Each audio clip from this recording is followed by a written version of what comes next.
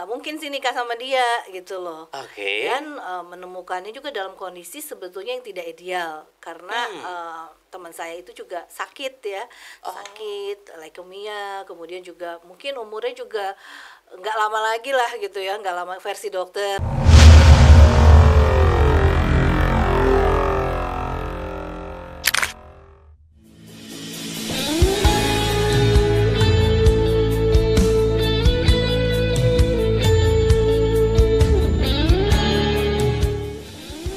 Podcast Kana bersama Pastor Dusia Silaban.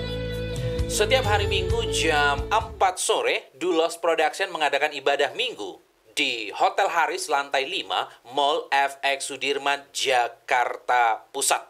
Setiap hari Minggu aku ada di sana. Bagi Bapak Ibu yang berada di wilayah Jakarta dan sekitarnya, mari bergabung.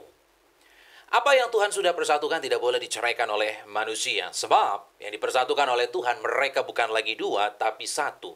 Allah membenci perceraian. Selama suami masih hidup, istri terikat. Selama istri masih hidup, suami terikat. Tidak bisa menikah yang kedua kali. Sekalipun terjadi perzinahan tidak boleh bercerai. Sekalipun terjadi KDRT tidak boleh bercerai.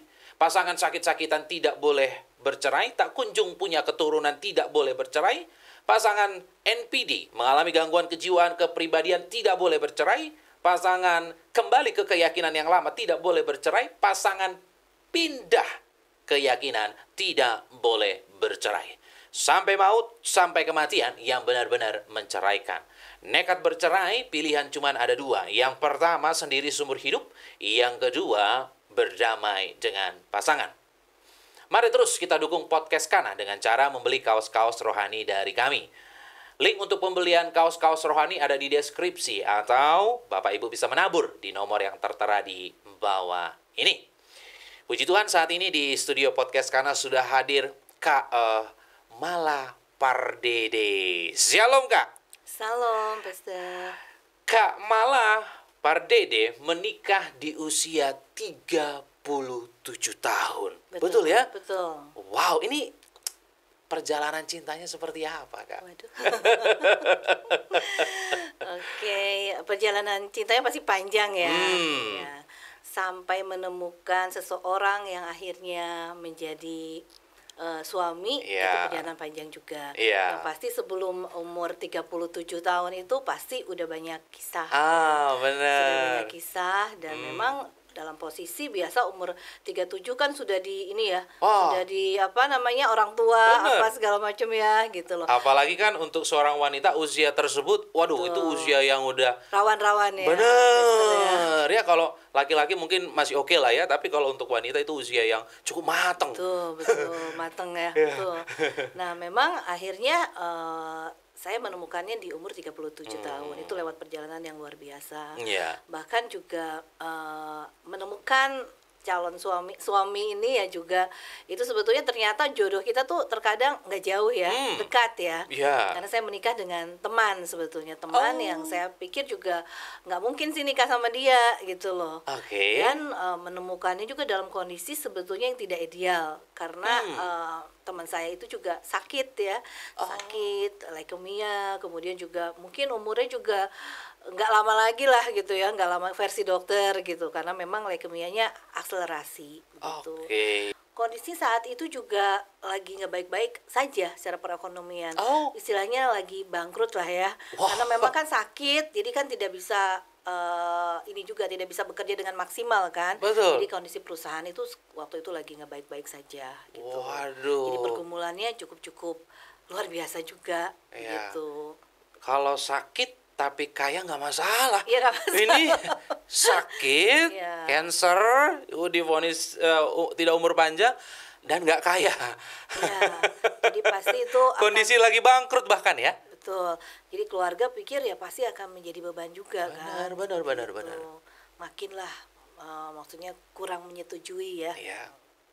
Tapi akhirnya saya tidak tahu, saya melihat bahwa dia ada seseorang yang keren ya, dalam arti mungkin di luar sana banyak sekali juga laki-laki ya, pria yang sehat gitu ya, yang sehat, tapi tidak seperti dia dalam kondisi yang sakit, dia masih mau bekerja, usaha, dia juga masih melayani, ya, masih mau mendoakan orang-orang yang sakit. Saya pikir ini cowok keren sekali. Jadi ternyata memang kekerenan tuh nggak dilihat dari fisik ya, ya dari sesuatu yang luar biasa dilakukan juga akhirnya bisa menyentuh hati begitu loh. Itu sih Pastor. Gitu. Jadi teman kerja.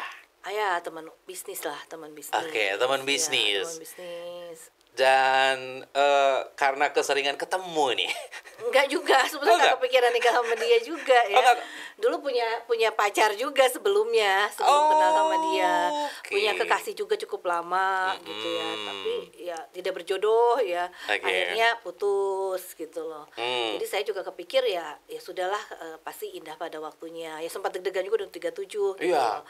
Dan memang akhirnya diketemukan dengan dia. Dan memang salah satunya juga selain akhirnya saya melihat bahwa dia orang yang luar biasa, dia juga memang akhirnya mengenalkan saya kepada Tuhan gitu ya. Jadi memang saya melihat bahwa dahsyat banget nih orang ya, Tuhan yang dia sembah tuh luar biasa sekali gitu ya. Jadi saya melihat banyak hal yang pasti tidak kebetulan gitu loh. Berarti kakak bukan Kristen ya? Ya dulu saya dari luar Kristen. Jadi berarti waktu masih berbisnis sama suami masih beda iman berarti? Iya beda iman. Jadi saya kenal Tuhan itu gara-gara sakitnya dia gitu. Kenal Tuhan gara-gara sakitnya suami? Iya betul. Karena saya ngelihat kok ini orang luar biasa. Bahkan saya sempat anterin dia ibadah gitu ya, anterin dia ibadah masuk gitu ke gereja. Iya, anterin dia ibadah. Biasa kalau anter saya keluar lagi, keluar cuma drop doang karena memang kita kan teman bisnis seperti itu. Tapi suatu saat ya saya terjebak di dalam gitu. Maksudnya nggak bisa keluar karena sudah ditutup pintunya gitu loh. Jadi waktu nganter suami masuk ke tempat ibadah, kejebak karena pintu keburu ditutup. Iya, pintunya keburu ditutup. Jadi akhirnya saya ngelihat wah itu deg-degan juga, tapi memang akhirnya di ujung saya ngelihat bahwa tidak ada kebetulan dalam Tuhan. Akhirnya mengikuti ibadah pada saat itu. Mengikuti ibadah dengan deg-degan gitu. Dan memang juga pastor yang berbicara kebetulan dari Sunda gitu, orang Sunda. Saya pikir, kakak asli Sunda ya? Saya asli kebetulan Sunda. Yang khotbah juga orang Sunda. Sunda juga gitu. Jadi ini sepertinya bukan kebetulan. Iya, tidak ada yang kebetulan. Tapi rencana Tuhan. Rencana Tuhan. Nah, di situ saya ngelihat akhirnya saya melihat ada sesuatu yang lain ya. Jadi saya ikut, saya tersentuh, dan kemudian waktu teman saya juga sakit juga saya juga akhirnya sering ke gereja dan akhirnya memberikan diri. Dibaptis. Betul, seperti itu. Wow. Nah, itu memang perjalanan yang luar biasa. Iya, perjalanan yang luar biasa dan unik menurut aku karena ketemu Tuhan karena pintu gereja ditutup. Nggak bisa kemana-mana. Saya pikir juga Tuhan bisanya iseng ya membuat teman saya ini sakit gitu loh. Kalau enggak juga mungkin saya tidak mungkin kan mengantar dia. Berarti sebelum menikah kakak sudah menerima Yesus sebagai Tuhan dan Juru Selamat ya? Iya, itu 2 tahun sebelum menikah. Nah, yang deketin duluan siapa?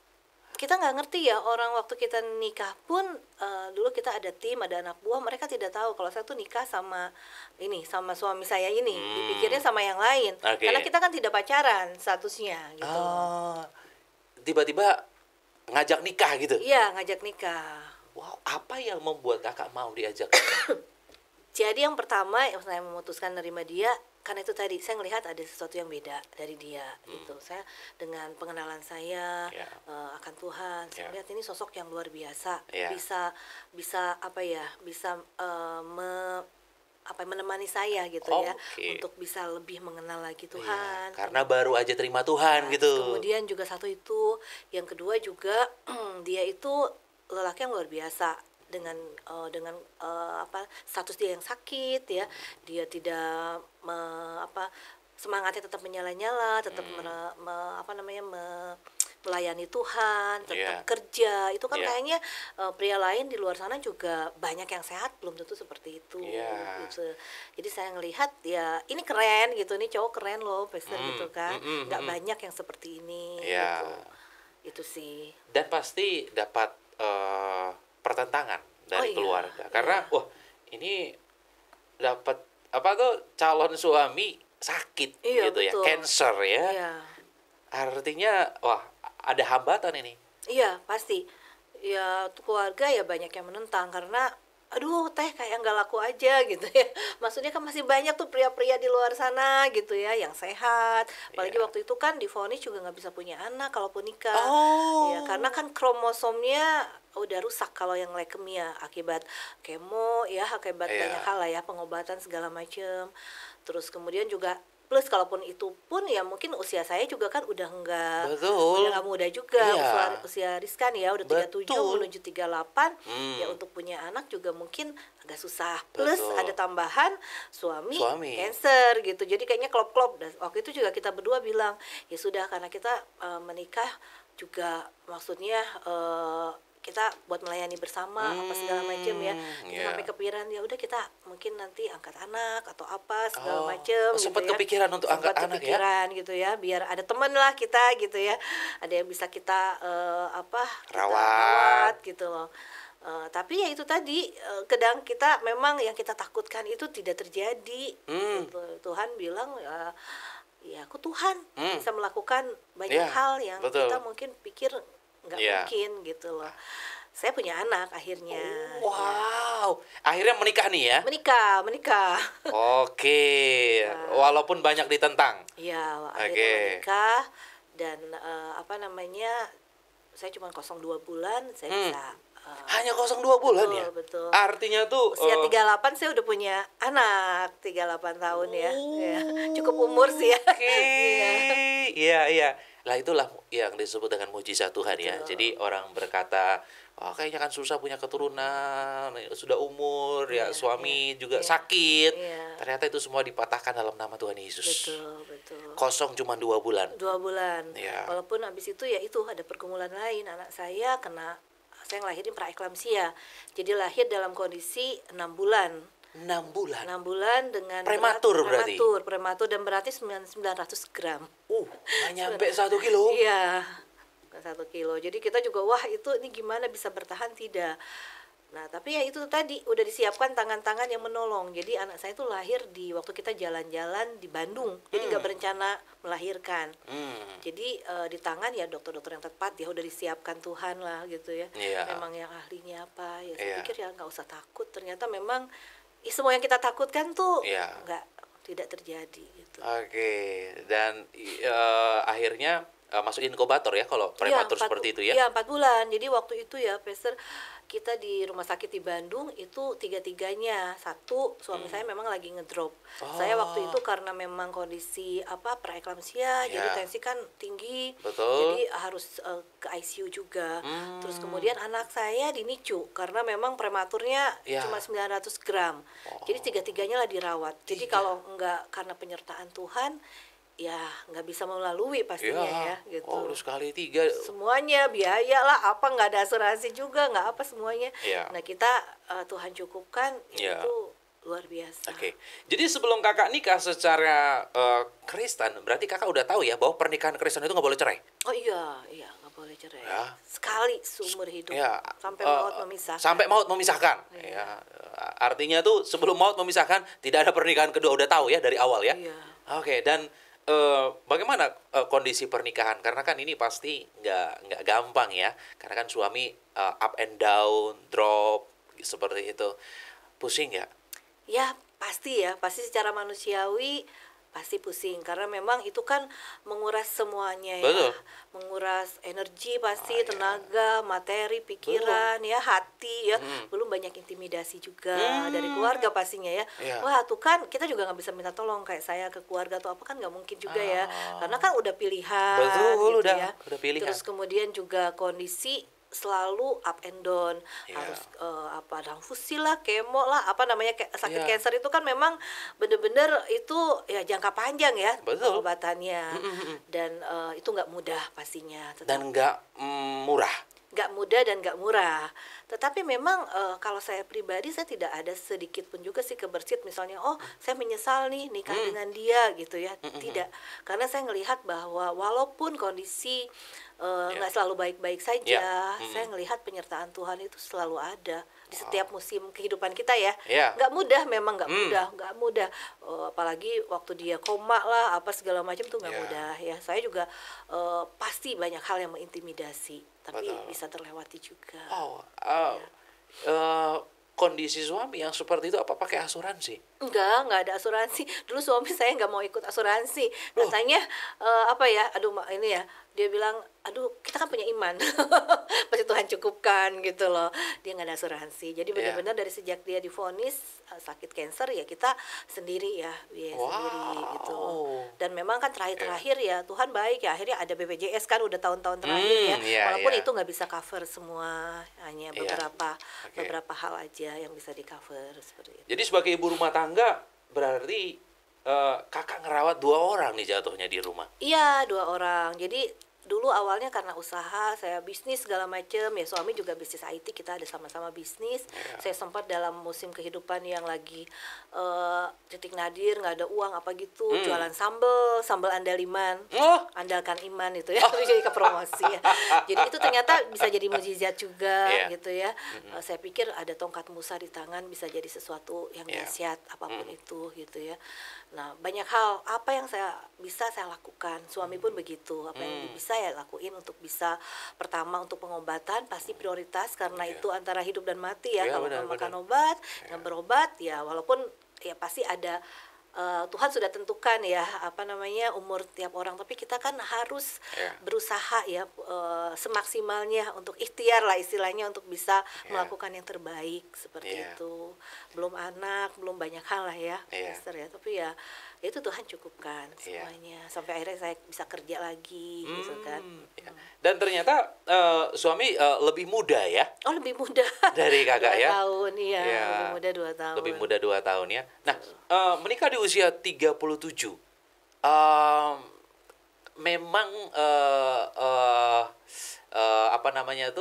kakak rancang menikah di umur 30-an atau memang belum ketemu? Aduh, pasti dulu kalau ditanya dulu ya, mau nikah umur berapa? Ya pasti umur 25 lah ya, gitu ya pasti. Biasa kan orang-orang umur segitu nikah. Tapi pertama, ya itu tadi, saya dulu juga ada kekasih pasti ya, ada dulu ya. Terus memang nggak cocok, terus akhirnya ya dapatnya ya di umur 37 gitu. Itu pun karena sesuatu yang saya pikir ya saya nggak mengerti juga gitu ya. Di umur 37 dan ketemu yang lebih muda dan berbeda suku. Ketemu sama orang Batak ini.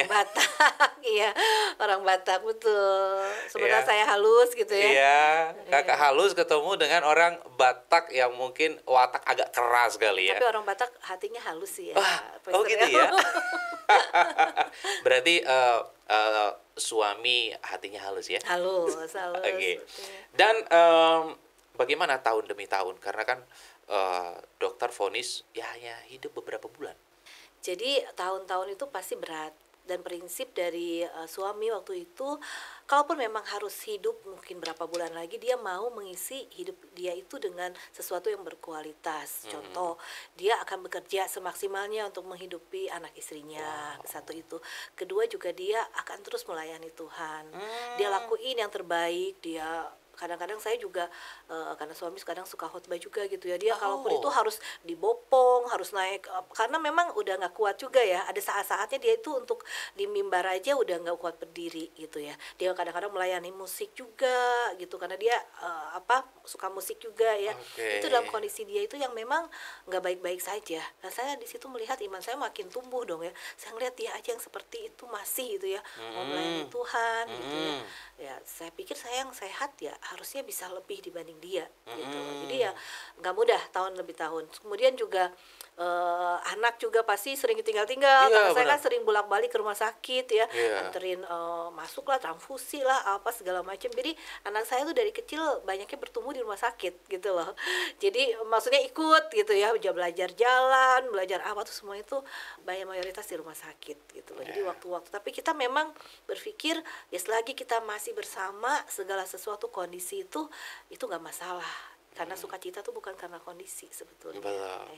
Dan bagaimana anak melihat kondisi bapaknya? Dia tahu nggak sih kalau bapaknya itu sakit? Oh, tahu. Gitu? Tahu, anak saya tahu. Jadi dia juga sebetulnya mungkin udah terbiasa ya, dan memang lebih dekat dengan papanya sebetulnya. Terakhir apalagi saya udah kerja hari-hari karena papanya usaha kan. Jadi memang quality time banget gitu loh. Dipadatkan Tuhan selama bareng sama papanya, ya sering sama papanya gitu loh. Papanya banyak ngajarin, jadi dekat sekali dengan papanya. Ya cinta pertama anak perempuan tuh kan papanya ya. Jadi bener-bener dia ngajari banyak hal lah gitu. Pelajaran, musik, semuanya itu papanya yang ngajarin. Wow. Jadi selain berusaha berbisnis, keluarga Kak Mala juga keluarga yang melayani Tuhan ya.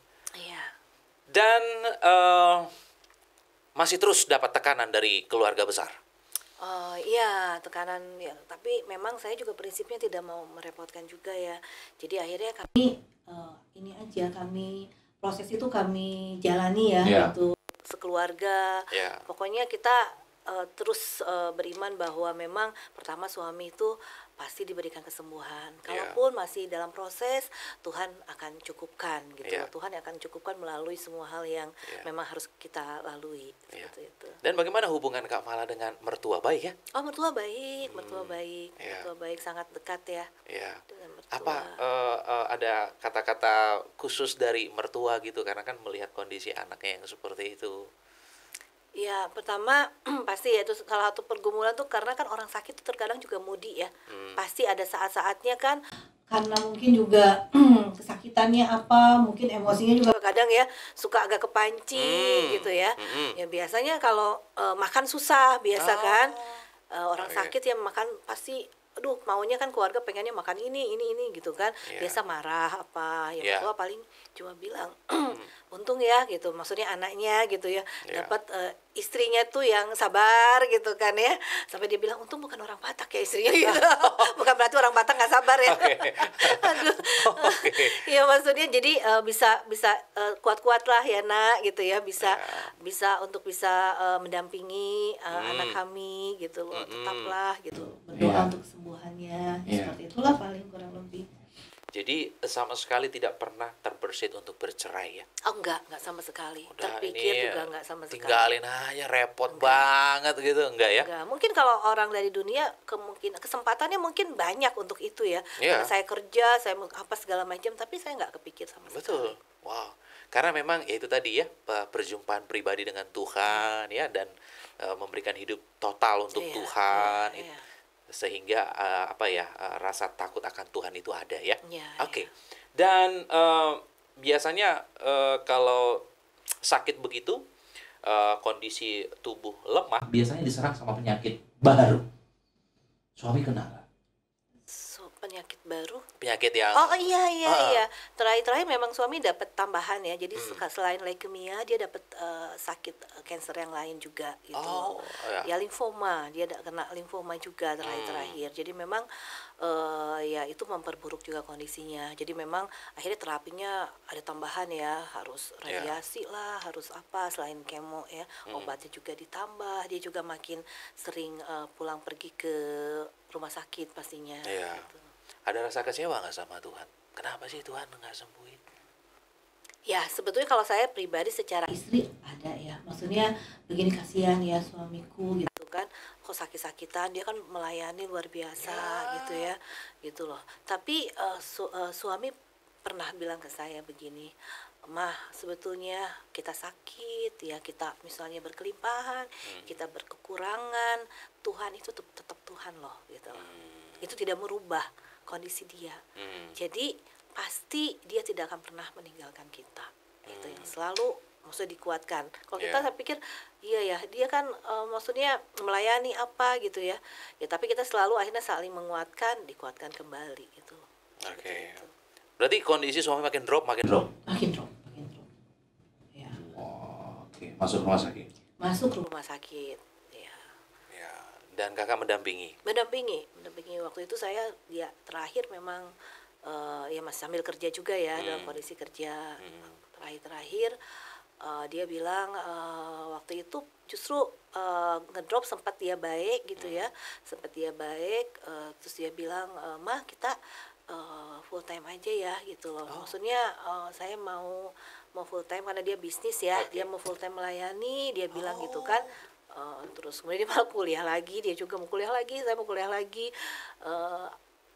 Terus kemudian mama juga keluar kerja deh gitu kan, kita sama-sama lah ya melayani full time gitu ya. Full time. Akhirnya saya keluar kerja lah gitu di bulan itu. Saya keluar kerja dan ternyata sudah keluar kerja itu dalam satu momen suami transfusi dan dia ngedrop jadi masuk ICU gitu loh. Waduh, ini posisi udah berhenti kerja. Ya, saya udah berhenti kerja saat itu. Jadi saya juga pikir, ya Tuhan, apalagi ya? Padahal kita kan mau full time melayani nih gitu ya. Mau memberikan nggak hanya hati ya, waktu juga. Ya, artinya semuanya udah untuk pekerjaan Tuhan. Gitu loh. Nah, dengan kondisi seperti itu uang dari mana? Ya, waktu itu saya nggak kepikiran itu uang dari mana, apalagi waktu itu masuknya di rumah sakit yang swasta ya. Jadi memang yang benar-benar udah nggak bisa apa-apa, tiap hari itu harus setor, apalagi di ICU dia pasang ventilator ya, yang memang udah karena kalau waktu itu kita pikir dia sakit, mungkin kita mau urus yang BPJS lah apa biar bisa ini enggak, karena enggak kita tidak tahu kondisinya, tiba-tiba dia ngedrop langsung kejang dan masuk ke ICU-nya di rumah sakit tersebut ya. Dan itu memang waduh kencang sekali, tiap hari kita harus deposit apa. Saya juga udah kepikir, aduh Tuhan apalagi ini gitu ya. Saya udah keluar kerja juga gitu loh. Terus kemudian ya tapi ya saya tetap yakin gitu ya, Tuhan pasti akan cukupkan. Dari dulu juga Tuhan luputkan, dan saya tuh yakin suami saya juga bisa melalui ini. Ya melalui ini Tuhan bisa pulihkan kembali. Gitu. Oke. Dan sembuh nggak suami? Enggak. Suami akhirnya dipanggil Tuhan. Ya, jadi waktu itu dia sekitar 2 minggu lah ya di ICU. Di ICU 2 minggu, terus kemudian sempat pindah ke yang biasa. Waktu itu dia udah pasang ventilator, pasang apa segala macem, dipikir memang udah mau lewat, tapi dia sempat dicabut karena sesudah seminggu dipasang ventilator itu dia bikin surat buat suster, dia bilang saya mau keluar gitu kan. Terus tiba-tiba dia sehat, dicabut. Saya pikir wah Tuhan ini pulih nih, Tuhan dahsyat, Tuhan luar biasa gitu ya. Suami pasti akan bisa kembali lagi. Dia keluar, dia bisa komunikasi lagi dengan saya. Terus dia mungkin tahu dari mertua bahwa saya waktu nungguin dia ternyata dapat kerja gitu. Dia tuh keluar cuma mau nanya, mama katanya dapat kerja ya. Iya, gajinya berapa? dapat mobil dinas apa gitu. Jadi rupanya dia hanya ingin memastikan saya tuh baik-baik saja gitu. Sedih. Oke. Dan kakak siap nggak kehilangan suami pada saat itu? Sebetulnya kalau saya sendiri kan pada saat saya menikah saya udah tahu dia sakit kan sebetulnya. Jadi ada momen-momen tiap hari tuh kita ngelihat, wah suami ini masih bernafas nggak gitu ya. Karena kan memang kita tahu gitu ya. Saya tahu bahwa emang kondisinya udah memang nggak baik-baik saja. Yang saya berat itu lebih ke anak ya. Betul, karena masih kecil. Satu masih kecil, kedua dia dekat sekali sama papahnya gitu loh. Dan saya udah kebayang gitu loh, ini gimana anak saya gitu ya kalau dia nggak ada gitu. Itu aja sih. Dan waktu itu memang sebelumnya karena saya juga kondisi nggak ada kerja gitu ya, wah ini gimana ya ke depan gitu, sempat kepikiran juga. Tapi rupanya memang betul Tuhan itu dahsyat, detail, dan tidak pernah mempermalukan kita. Jadi kakak kehilangan suami di usia berapa pada saat itu? Di usia 46 tahun ya. 40. Berarti sempat bersama itu kurang lebih 8 tahun 8 berarti tahun. Ya, 8 tahun bersama anak saya waktu ditinggal papahnya itu umur 7 tahun. Iya, umur 7 ya. Wow, masih kecil sekali dia. Masih kecil sekali. Wow. Dan memang itu juga sempat waktu itu anakku tuh nggak mau sekolah karena biasanya kan sama papahnya ya kan nangis apa segala macam. Nah itu kembali lagi Tuhan itu detail. Saya bukannya bilang bahwa bagus ada pandemi, tidak. Waktu itu saya cukup terganggu karena saya harus nemenin dia. Sementara saya baru masuk kerja kan. Dia nggak mau, dia harus ditemenin apa. Suami saya itu berpulang itu Januari. Januari 2020 ya. Kemudian kan Maret itu ada ini PPKM ya. Namanya yang pandemi. Jadi harus di rumah. Jadi saya itu akhirnya bisa menemani anak saya selama hampir 2 tahun ya, sampai dia pulih dari ini kehilangannya ya. Karena kerja di rumah. Iya. Jadi sekolah di rumah juga. Jadi memang saya bilang ya detail lah ya. Betul. Dan akhirnya waktu suami meninggal, kakak diadati ya. Oh iya, akhirnya saya karena waktu itu memang ada keinginan untuk angkat boru ya, gitu loh. Akhirnya diadatin waktu meninggal. Jadi saya makanya dapat boru pardede. Jadi pardede itu berarti pemberian ya, pemberian. Karena memang kakak bukan orang Batak ya. Saya bukan orang Batak. Di tradisi kami memang orang Batak ketika menikah dengan yang bukan Batak biasanya dibatakkan. Dan biasanya sebelum pemberkatan sudah jadi orang Batak sebenarnya. Tapi ini setelah suami meninggal ya baru ya. Kenapa kepikiran saat suami meninggal baru diadati? Karena memang itu sebetulnya udah berapa kali mau dilakukan, belum terrealisasi seperti itu. Kemudian juga di satu sisi dari keluarga suami juga maksudnya biar hubungan tetap berjalan seperti itu. Jadi kan saya akhirnya jadi anaknya mama mertua kan jadinya. Jadi lebih bisa panjang juga. Betul, ya? Gitu ya kan di Batak ini luar biasa juga ya kekerabatannya gitu ya, hubungannya indah sekali sih sebetulnya persaudaraannya. Mama mertua masih ada sampai hari ini? Masih mama mertua masih ada, papa mertua juga masih ada. Wow, oke. Pasca suami meninggal, penghiburan apa yang kakak terima dari Tuhan? Ya, waktu suami meninggal sebetulnya itu saya di titik terendah ya, bener-bener bingung gitu. Tapi sebelum suami meninggal itu yang saya cerita sebelumnya bahwa saya nggak kerja ya, udah dari resign apa segala macam. Waktu saya menunggu suami, saya seolah-olah dipersiapkan Tuhan. Jadi saya dapat pekerjaan baru saat itu.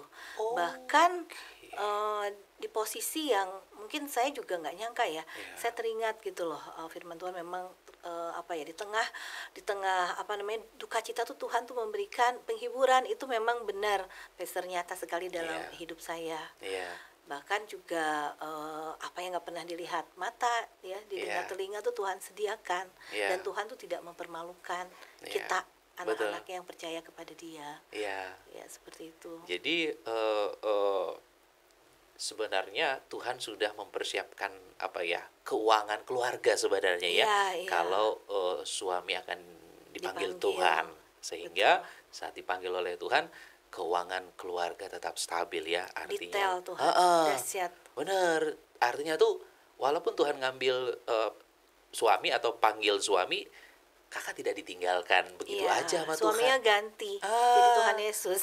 Dipelihara ya, diberikan pekerjaan, bahkan bisa dikatakan posisi yang Tuhan berikan atau jabatan yang Tuhan berikan itu enggak main-main gitu ya. Tuhan berkati luar biasa sehingga bisa menghidupi Naisa ya. Alexandra Silitonga. Wow. Berarti kalau one day Tuhan berikan pasangan hidup yang baru kepada Kak Mala, harus benar-benar mendukung pelayanan ya. Oh ya pasti, pasti. Karena sudah ada pekerjaan Tuhan yang saat ini kakak kerjakan. Betul. Dia harus dukung, dia harus support. Betul. Dan dia harus benar-benar ngerti kehendak Tuhan. Betul ya. Jadi bukan nggak bisa orang sembarangan yang menikah sama kakak nih kalau Tuhan berikan ya. Tuhan berikan. Dan kegiatan anak saat ini apa pasca ditinggal papanya? Oke. Namanya siapa, Kak? Naisa Alexandra Silitonga. Guru Silitonga. Guru Silitonga. Oke. Ya. Kegiatan apa? Kegiatan anak saya selain sekolah, pastinya dia tuh seneng nyanyi, Pastor. Oh. Jadi dia ada beberapa single yang dia memang rilis. Kebetulan ada beberapa yang saya bikin juga gitu ya lagunya. Ada yang dia juga bikin, dia senang juga. Oh, Kakak bisa bikin lagu? Saya nggak ngerti ya, Tuhan kasih kata-kata ya, jadi akhirnya karena saya nggak bisa nyanyi, anak saya yang nyanyiin gitu. Seperti itu. Dan dia juga bisa bikin lagu? Iya, dia juga bisa bikin lagu. Wow, berarti ini turunan dari papanya ya? Turunan dari papanya, betul. Karena kan betul. papanya juga pemusik di gereja papanya kan? Musik, iya. Wow, jadi punya channel YouTube berarti? Ada channel YouTube. Lagu-lagunya di sana ya? Lagu-lagunya di situ. Oh, ya. Apa channel YouTube-nya? Channel YouTube-nya Naisa Alexandra Silitonga. Oh, sama seperti namanya ya? Iya. Naisa Alexandra Silitonga. Instagramnya juga sama. Sama. TikTok dia punya? TikTok ada kayaknya, tapi ada nggak ya? terlalu aktif ya. Oke, masuk di Spotify juga? Ada Spotify. Oke, Naisa Alexandra Silitonga. Silitonga. Iya. Bapak Ibu teman-teman bisa langsung cek dan dengarkan lagu-lagu pujian ya. Pujian. Wow, dari Naisa Alexandra Silitonga. Dan saat ini kakak sedang ambil doktor teologi ya? Oh iya. Wow, apa yang membuat kakak sekolah lagi, memperdalam lagi? Ya pasti karena ini juga kebetulan ya, dalam hidup saya tuh banyak kebetulan yang sebetulnya bukan kebetulan. Saya berpikir bahwa selagi ada kesempatan, kemudian juga kan melayani ya, lebih baik kalau kita dibekali dengan keilmuannya juga, sehingga kita ada dasarnya pada saat kita melayani. Wow, dan tahun ini wisuda ya? Oh iya, doakan ya bulan depan. Biar Tuhan yang memperlancar segala sesuatunya. Amin. Biarlah kakak diperlengkapi lebih lagi, diurapi Tuhan lebih lagi dalam menjangkau jiwa-jiwa yang terhilang. Amin. Oke, dan ada kepikiran nggak untuk menikah lagi? Saya sih dari sejak suami nggak ada, saya nggak kepikiran, dan saya tidak mencari juga. Tetapi kembali lagi saya serahkan kepada Tuhan ya. Tuhan maunya apa? Karena intinya adalah kalau ini melengkapi rencana Tuhan, penggenapan untuk bisa melayani dia lebih dahsyat gitu ya. Saya tidak tahu gitu loh. Tapi sampai saat ini ya udah semuanya terserah Tuhan saja. Seperti itu. Karena dalam pernikahan Kristen ketika pasangan kita sudah meninggal, ada dua pilihan. Yang pertama itu bisa menikah kembali dengan orang yang berbeda, tentunya dengan yang single atau yang cerai mati juga, atau bisa memilih untuk sendiri, tapi harus jaga kekudusan. Itu dalam pernikahan Kristen. Jadi kakak sebenarnya tidak menutup hati ya, kalau Tuhan berikan, puji Tuhan. Enggak, Tuhan berikan juga nggak apa-apa ya. Nggak harus menikah juga. Nggak harus menikah ya. Betul. Karena pekerjaan Tuhan masih banyak juga soalnya. Nah, kakak melanjutkan ya pelayanan suami. Iya, saya melanjutkan pelayanan. Jadi pelayanan kita tuh banyak di LP ya, penjara, kemudian juga di pemulung gitu ya. Ya itu udah dilakukan udah lama sih, sebetulnya udah di atas 10 tahun ya. Wow, rutin sampai hari ini ke hari. LP pemulung. Iya. Wow, kita nggak dapat duit loh di situ kan? Oh iya, itu pelayanan yang tidak ini sebenarnya tidak keren ya, maksudnya tidak gimana ya, tidak tenar lah ya, karena kita underground. Tapi saya melihat bahwa di situ saya menemukan sesuatu yang luar biasa ya gitu ya. Iya. Gitu. Kakak punya tim untuk masuk ke LP, ke pemulung seperti itu bagi-bagi?